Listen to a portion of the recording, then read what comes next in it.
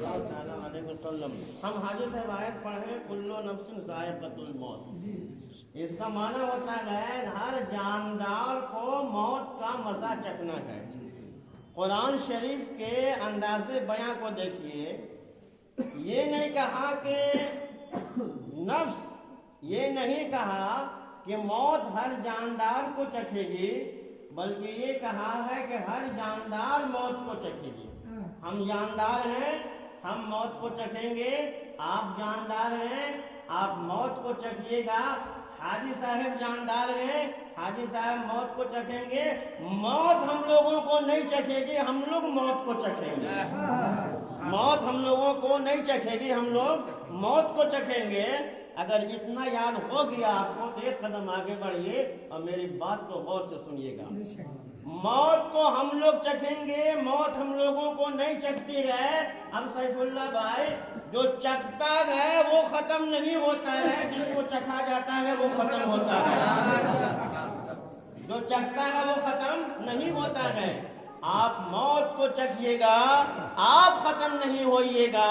شعبان صاحب موت کو چکھے ہیں، وہ ختم نہیں ہوئے ہیں، ان کی موت ختم ہوئی ہے، اب دوبارہ انہیں موت نہیں آئے گی۔ تو موت جو ہے وہ ہمیں اور آپ کو ختم کرنے کے لیے نہیں آتی ہے۔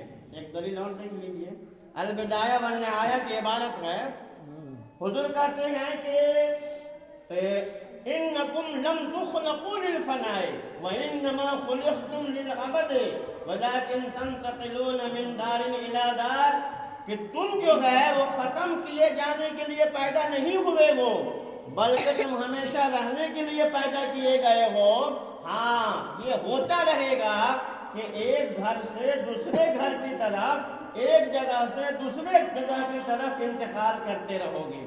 عالم ارواح سے باپ کے صلب میں آئے، باپ کے صلب سے ماں کے شکم میں آئے، ماں کی شکم سے ماں کی گود میں آئے، ماں کی گود سے قبر کی گود میں چلے گئے، قبر کی گود سے اٹھ کر کے حشر کے میدان میں جائیں گے۔ حشر میں ہمارے آپ کے اعمال کا فیصلہ ہوگا۔ ہمیں امید ہے کہ پاک پروردگار عالم اپنے کرم سے یا اپنے محبوب کی شفاعت سے ہمارے گناہوں کو بخشے گا اور ہم جنت میں جائیں گے۔ یہ انتقال ہوتا رہے گا۔ عالم ارواح سے چلے تھے، جنت تک آپ کو پہنچنا ہے تو پتہ چلا، معلوم ہوا موت ختم کرنے کے لیے نہیں آتی ہے۔ تب کہیے کہ مولانا صاحب موت ختم کرنے کے لیے نہیں آتی، کہیں آتی ہے؟ تو ہم کہیں گے موت عاشقان مصطفیٰ کو مٹانے کے لیے نہیں آتی ہے، بلکہ موت ہم غلاموں کو اپنے آقا سے ملاقات کروانے کے لیے آتی ہے۔ ہم غلاموں کو اپنے آقا سے ملاقات کروانے کے لیے آتی ہے، ہم غلاموں کو اپنے آقا کی زیارت کروانے کے لیے آتی ہے۔ اسی لیے تو اعلیٰ حضرت مجدد دین و ملت، چمن استقامت، معمار ملت، کنز الکرامت، اچھے رضا، پیارے رضا، ہمارے رضا، آپ کے رضا، اعلیٰ رضا، بالا رضا، نرالا رضا، امام احمد رضا خان، سنیت کی جان، بریلویت کی پہچان، علم کا چٹان، عالم معانی والبیان، صاحب کنز الایمان، اسلام و سنیت کا ہائی کمان، پہلا مسلم سائنسدان علیہ الرحمت والرضوان کہتے ہیں، مژدہ رحمت حق ہم کو سنانے والے، مژدہ رحمت حق ہم کو سنانے والے، مژدہ رحمت حق ہم کو سنانے والے، مرحبا آتش دوزخ سے بچانے والے، بعد مردن مجھے دکھلائیں گے جلوہ اپنا، بعد مردن مجھے دکھلائیں گے جلوہ اپنا، قبر تیرا میں میرے شمع جلانے والے، قبر میں آپ کو دیکھا تو رضا نے یہ کہا، دیکھیے آئے وہ مردوں کو جلانے والے، دیکھیے آئے وہ مردوں کو جلانے والے۔ اعلیٰ حضرت کی شعر سے بھی حضرت پتہ چلا کہ قبر میں ہم گناہگار لوگ حضور کی زیارت کریں گے انشاءاللہ۔ اور جب اعلیٰ حضرت کا سن لیے ہیں تو ان کے پر پوتے پر نواسے میرے مرشد کریم حضور تاج الشریعہ کا بھی سن لیجئے.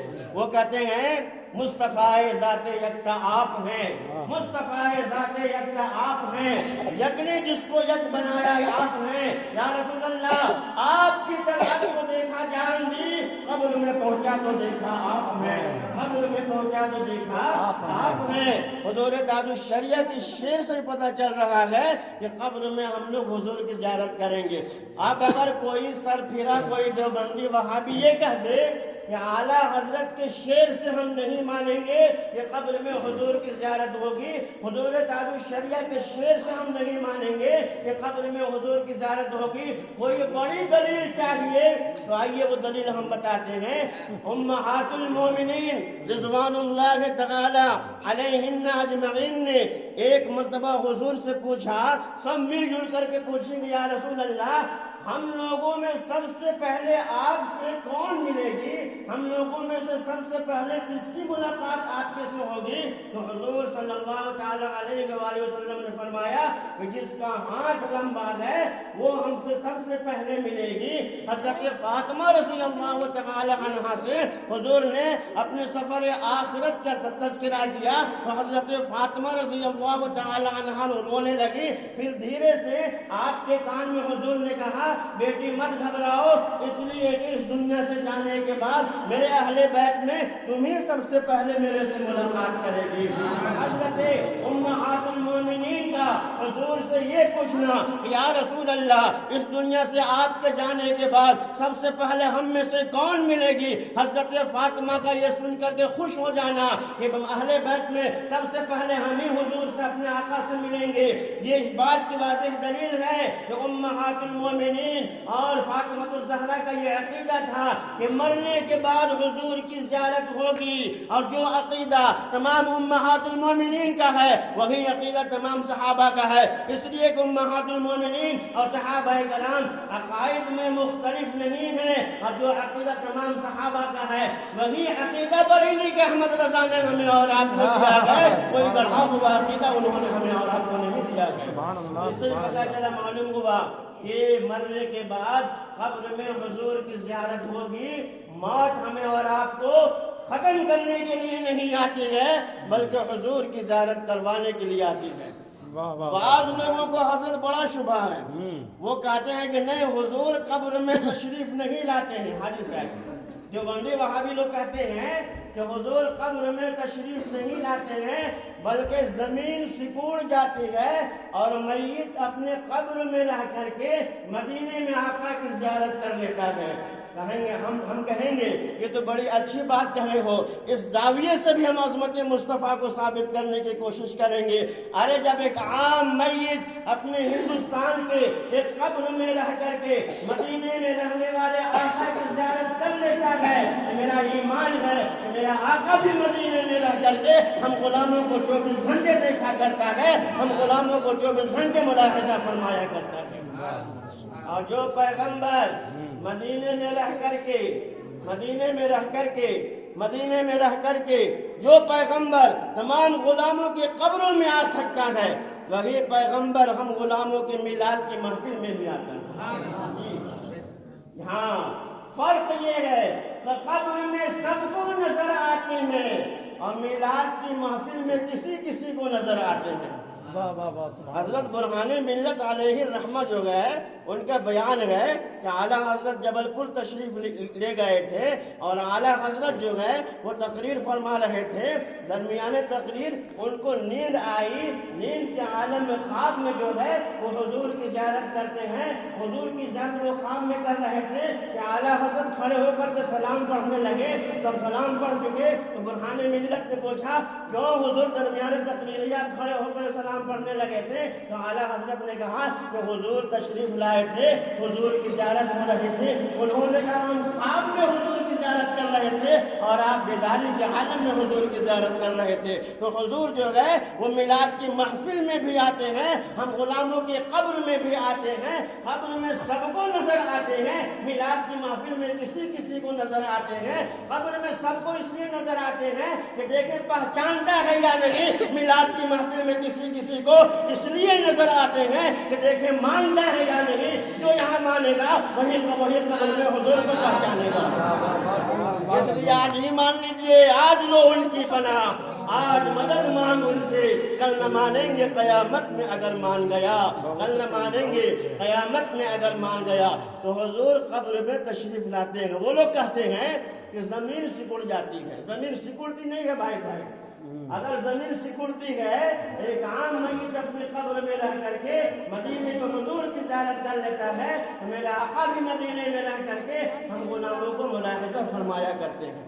بعض لوگ یہ کہتے ہیں حاجی صاحب جو بندیے وہاں، وہ لوگ ایک قول پر ہے یہ نہیں ہے، کئی طرح کی بات کرتا ہے۔ بعض لوگ یہ کہتے ہیں کہ نہیں، کھڑکی کھول دی جاتی ہے، پردے ہٹا دیے جاتے ہیں، اور میت اپنی قبر میں رہ کر کے حضور کی زیارت کر لیتا ہے، تو ہم کہیں گے چلو بھائی ابھی تو کھڑکی کھول لو گے، پردے ہٹا لو گے، مگر ہمیں بتاؤ کہ حضور کی ظاہری حیات کے دور میں ڈھیر سارے صحابہ کرام کا انتقال ہوا، حضور نے خود ان کی نماز جنازہ پڑھائی اور اپنے ہاتھ سے ان کو دفن کیا، دفن کر کے مسجد نبوی میں تشریف لے آئے۔ ادھر صحابہ کرام حضور کی زیارت مسجد نبوی میں کر رہے تھے، ادھر ایک صحابی جو قبر میں ہے وہ قبر میں حضور کی زیارت کر رہے ہیں، وہاں کون سی کھڑکی کھولو گے؟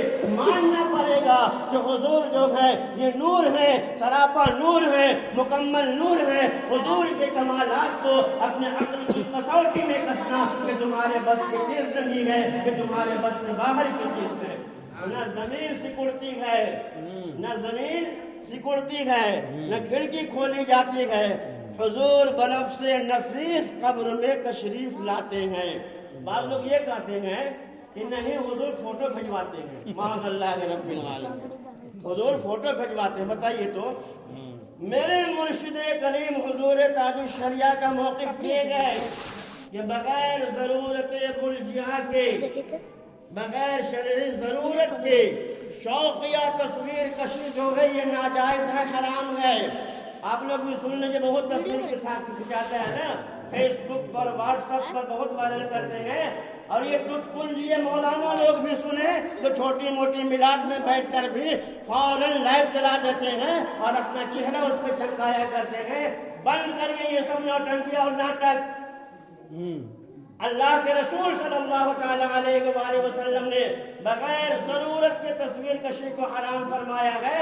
فرماتے ہیں ان اشد الناس عذابا یوم القیامت اکثرهم المصورون، یہ قیامت کے دن سب سے زیادہ سخت عذاب تصویر کھچانے والے، تصویر بنانے والے پر ہوگا، چاہے وہ تصویر بناتا ہو یا موبائل سے تصویر لیتا ہو۔ تو جو پیغمبر تصویر کشی کو حرام کہے وہ پیغمبر قبر میں اپنی تصویر کیسے بھجوائے گا، اپنا فوٹو کیسے بھجوائے گا؟ پتہ چلا، معلوم ہوا قبر میں حضور کی تصویر نہیں ہوتی ہے، حضور کا فوٹو نہیں ہوتا ہے، بلکہ بنفس نفیس حضور ہی تشریف فرما ہوتے ہیں، اور دیدار کرنے والا حضور ہی کی دیدار کیا کرتا ہے۔ کیا بات ہے! بعض لوگوں کا یہ کہنا ہے شادی میں تصویر کشی بہت زیادہ ہوتی ہے۔ نہیں، شادی میں ہر جگہ ہوتی، تو بعض لوگوں کا یہ کہنا ہے کہ تصویر حضور قبر میں جو ہے وہ تصویر بھجواتے ہیں۔ ہم کہیں گے نالائق و جاہلو، وہ تمہارا کوئی ڈالڈا چھاپ نبی ہوگا، خود ساختہ نبی ہوگا، چور دروازے سے گھسا ہوا نبی ہوگا، جھوٹا نبی ہوگا، جو کسی چیز کو حرام بھی کہتا ہوگا، اس کا ارتکاب بھی کرتا ہوگا۔ میرے پیغمبر کی شان تو یہ ہے، حرام تو بہت دور کی چیز ہے، آپ نے پوری زندگی میں مکروہ تنزیہی کا بھی ارتکاب نہیں کیا ہے، مکروہ تنزیہی کا بھی ارتکاب نہیں کیا ہے۔ تو حضور تصویر کو ناجائز کہیں اور قبر میں تصویر کو بجائیں، یہ عقل تسلیم نہیں کرتی ہے۔ سوال میں بھی جو ہے نا مولانا صاحب، سوال میں اسے پتہ چلا تصویر نہیں، پتہ چلتا ہے تصویر نہیں بھجواتے، کیا ہے؟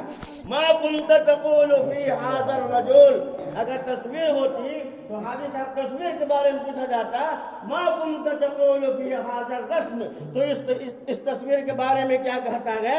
مگر تصویر کے بارے میں سوال نہیں ہوتا ہے، ما كنت تقول، بول کیا کہا کرتا تھا؟ نکیرین،